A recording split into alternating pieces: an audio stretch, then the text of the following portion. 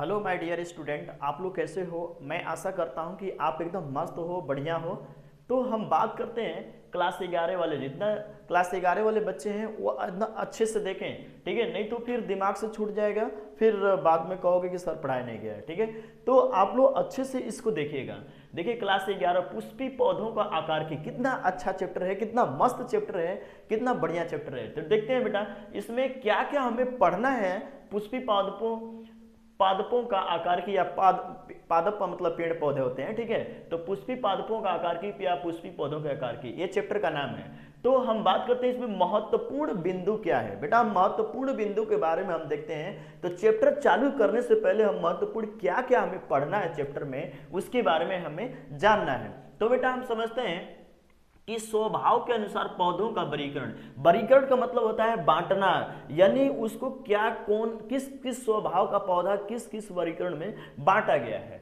और दूसरा क्या पढ़ना है, जड़ पढ़ना। जड़ का मतलब रूट होता है, तना, पत्ती, पुष्पक्रम, फल, ये सब चीजें पढ़ना है। तो कुछ आवृत्त बीजी कुलों का संक्षिप्त वर्णन पढ़ना है। तो हम इतने पॉइंट को हम पढ़ेंगे और कुछ एक्स्ट्रा भी चीजें पढ़ते जाएंगे साथ में।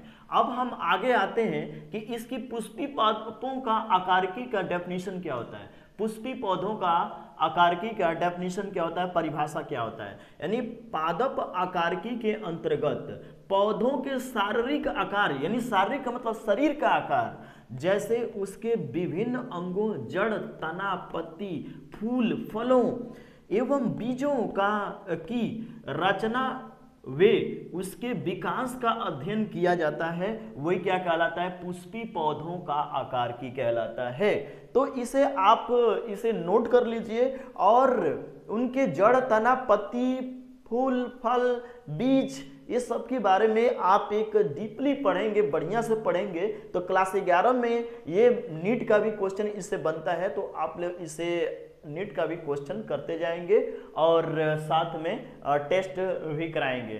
तो हम, ये अभी पहली सीढ़ी है पुष्पी पादपों के आकारिकी का, पुष्पी पादपों का आकारिकी का पहली सीढ़ी है। आप धीरे धीरे धीरे धीरे डीपली पढ़ेंगे। आप पढ़ेंगे स्वभाव के अनुसार पौधों का वर्गीकरण। तो हम आते हैं स्वभाव के अनुसार पौधों का वर्गीकरण के बारे में थोड़ा अध्ययन करते हैं। 1 मिनट।